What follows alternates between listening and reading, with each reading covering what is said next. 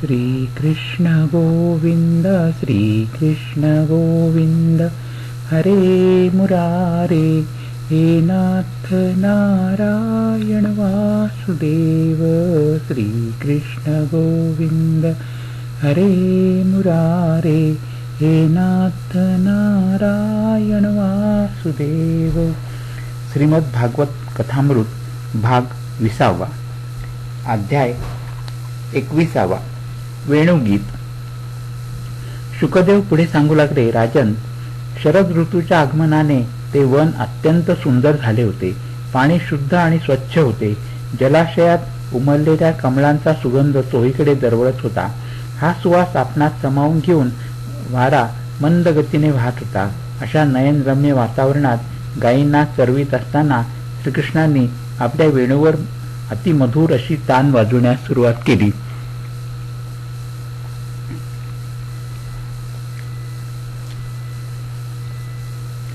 तो मधुर स्वर ऐकून गोपींचे हृदय प्रेमरसाने भरून गेले. त्या आपापसात त्या वेणुगीताच्या वेणुध्वनीच्या प्रभावाचे वर्णन करू लागल्या. एक गोपी दुसरीच म्हणाली, अगं सखी, ज्यावेळी श्यामसुंदर श्रीकृष्ण आणि गौरवर्ण सुंदर बलराम ग्वालबालांसह गायींना वनात घेऊन जात असतात अथवा परत व्रजमध्ये येत असतात, त्यावेळी श्रीकृष्णांनी आपल्या अधरावर मुरली धरलेली असते आणि ते प्रेममय तिरप्या नजरेने ते आमच्याकडे पाहतात. त्यावेळी वाटते की त्यांच्या त्या रूपमाधुर्याचे सतत पान करीतच राहावे. दुसरी एक गोपी म्हणाली, त्या मुरलीने पूर्वजन्मात कोणते तरी पुण्यकर्म केले असेल, त्याचेच फलस्वरूप तिला भगवंताच्या आधाराचे सुधापान करण्याची संधी प्राप्त झाली आहे.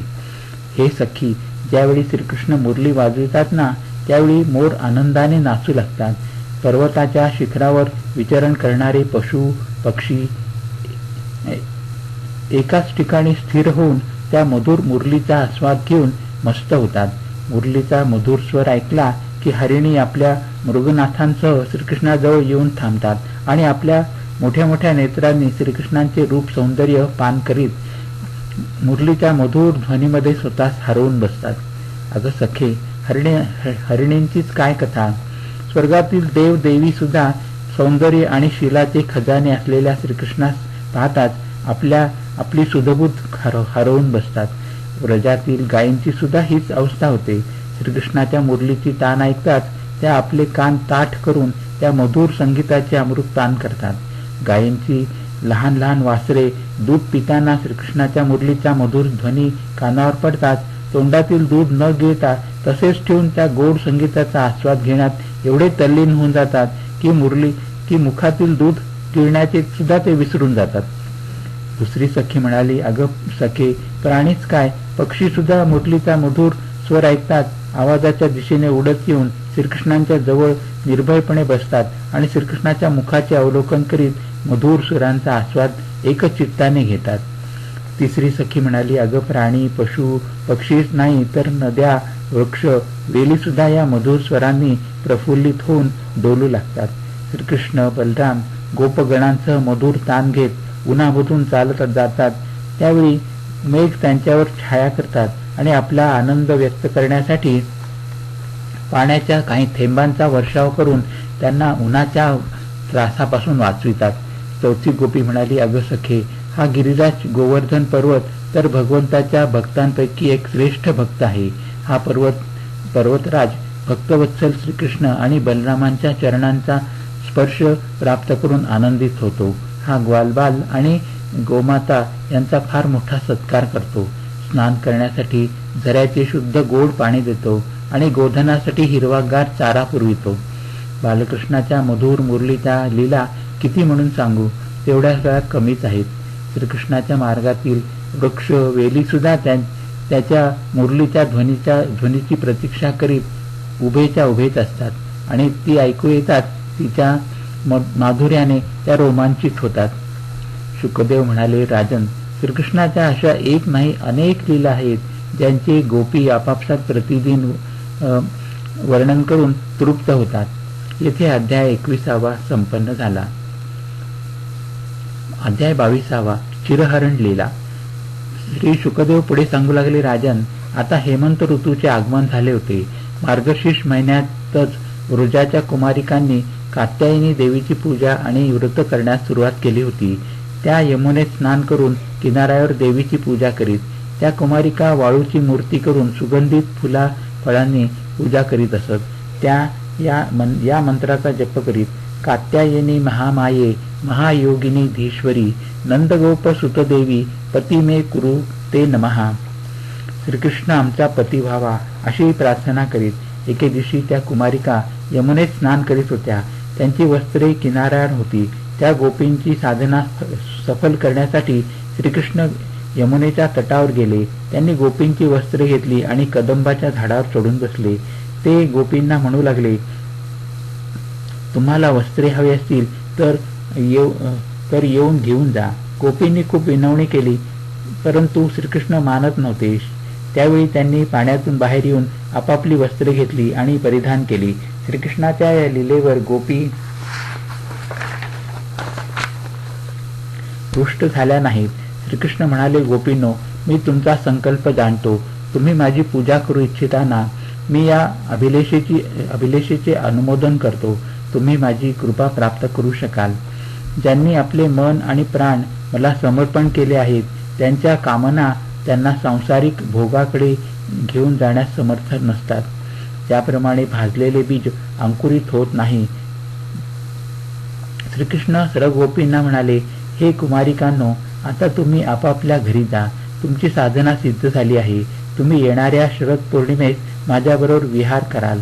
सतींनो, तुम्ही या उद्देशानेच तर हे व्रत आणि कात्यायनी देवीची पूजा केली होती ना. श्रीकृष्णाच्या आदेशानुसार त्या कुमारिका आपापल्या घरी गेल्या. येथे अध्याय 22 संपन्न झाला. अध्याय 23 यज्ञपत्नींवर कृपा. शुकदेव परीक्षिताला पुढे सांगू लागले, राजन, एकदा श्रीकृष्ण बलराम आपल्या ग्वालबालकांसह गायींना चरवित होते. त्यावेळी काही ग्वालबालांना खूप भूक लागली होती. ते श्रीकृष्णाकडे जाऊन त्यांच्या खाण्याची काहीतरी व्यवस्था करण्याची विनंती करू लागले. श्रीकृष्णाने त्या बालकांना सांगितले, अरे सख्यांनो, येथून थोड्याच अंतरावर काही ब्राह्मण अग्निरस नावाचा यज्ञ करीत आहेत. तुम्ही त्यांच्याकडे जाऊन थोडी भोजन सामुग्री मागून आणा. भगवंतांच्या आदेशानुसार काही बालक त्या यज्ञ करीत असलेल्या ब्राह्मणांकडे गेले आणि म्हणाले, हे विप्रांनो, श्रीकृष्ण आणि बलराम आपल्या सख्यांसह गायींना चरवीत खूप दूरपर्यंत आले आहेत. त्यांना खूप भूक लागली आहे. तेव्हा त्यांना खाण्यासाठी काहीतरी द्या. यज्ञ करणाऱ्या त्या ब्राह्मणाने त्या ग्वालबालांना काही न देता विनमुख पाठविले. बालकांनी श्रीकृष्णाकडे येऊन झालेली हकीकत सांगितली. श्रीकृष्ण त्या बालकांना म्हणाले, तुम्ही यज्ञपत्नींकडे जा आणि त्यांना माझा निरोप सांगा. ते ग्वालबालक पाकशाळेत गेले. ब्राह्मण पत्नींनी सुंदर वस्त्रे परिधान केलेली होती. ग्वालबालांनी मोठ्या नम्रभावाने त्या विप्रपत्नींना श्रीकृष्ण बलरामांचा निरोप सांगितला. श्रीकृष्णाचे नाव घेताच त्या विप्रपत्नी शिजवलेले सारे अन्न घेऊन त्या बालकांबरोबर निघाल्या. श्रीकृष्ण बलरामांना पाहताच त्यांना प्रेमाचे भरते आले. त्यांनी श्रीकृष्णाबद्दल खूप ऐकले होते, परंतु प्रत्यक्ष दर्शनाची ही पहिलीच वेळ होती.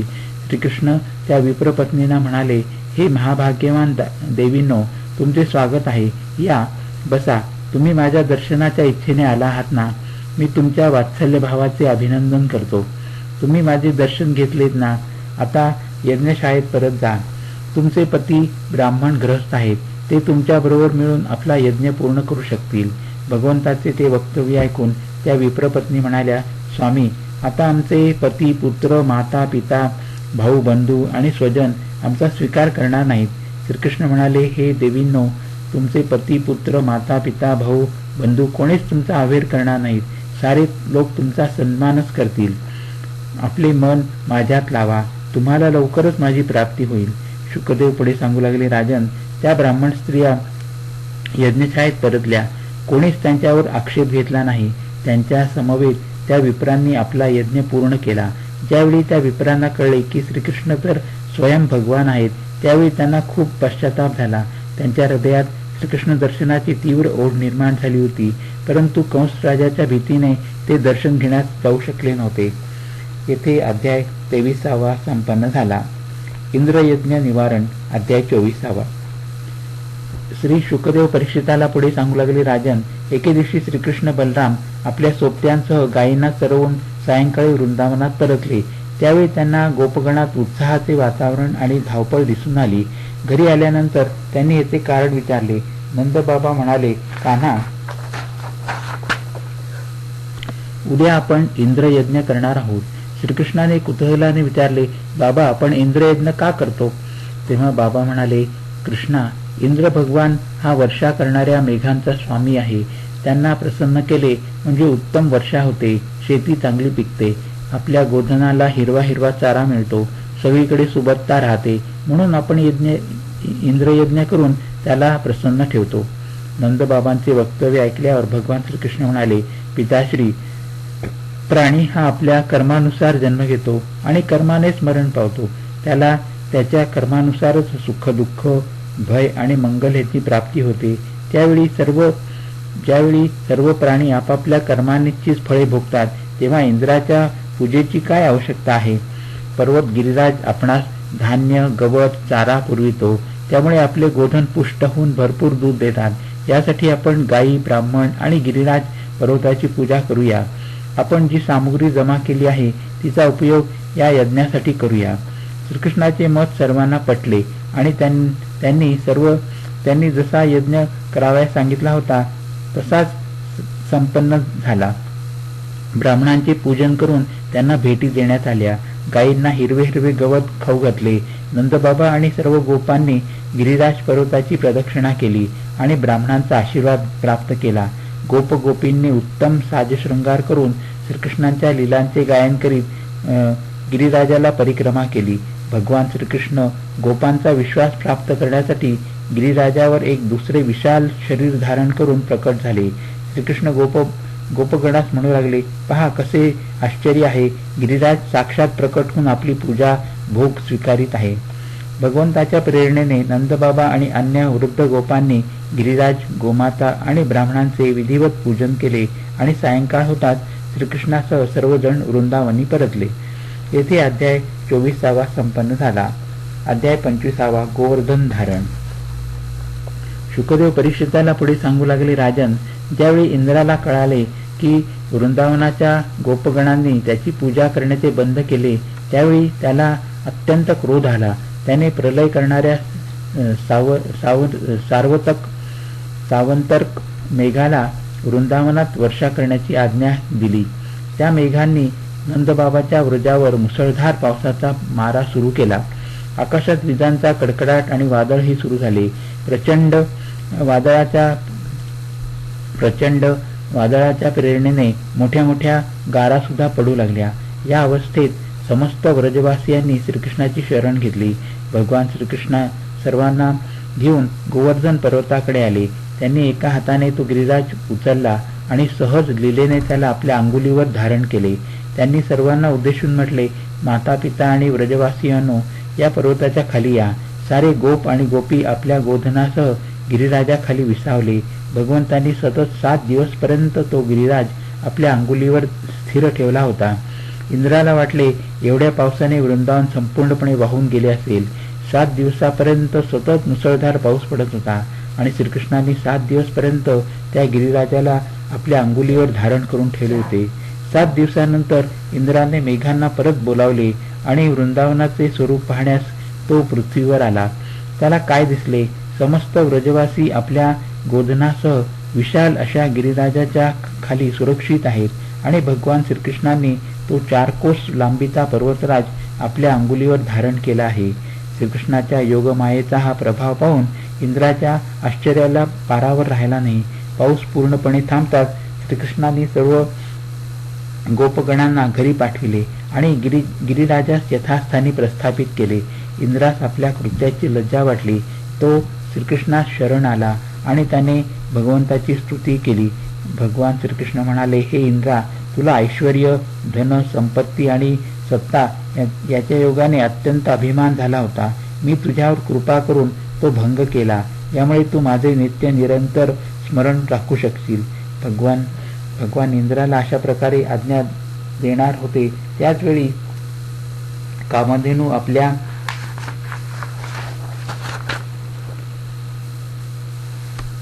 आपल्या संतानासह तेथे आली. तिने भगवंताच्या चरणस्पर्श करून स्तुती केली. यानंतर कामधेनूने आपल्या दुधाने आणि इंद्राच्या ऐरावताने आपल्या सोंडेत भरून आणलेल्या आकाशगंगेच्या जलाने देवर्षीसह श्रीकृष्णास अभिषेक केला. इंद्राने भगवंतास गोविंद या नावाने संबोधित केले. त्यानंतर देवेंद्र श्रीकृष्णाची आज्ञा घेऊन स्वलोकी परत गेले. येथे अध्याय 25, 26 आणि 27 संपन्न झाले. हरिओम तत्सत. हरिओम तत्सत. हरिओम तत्सत.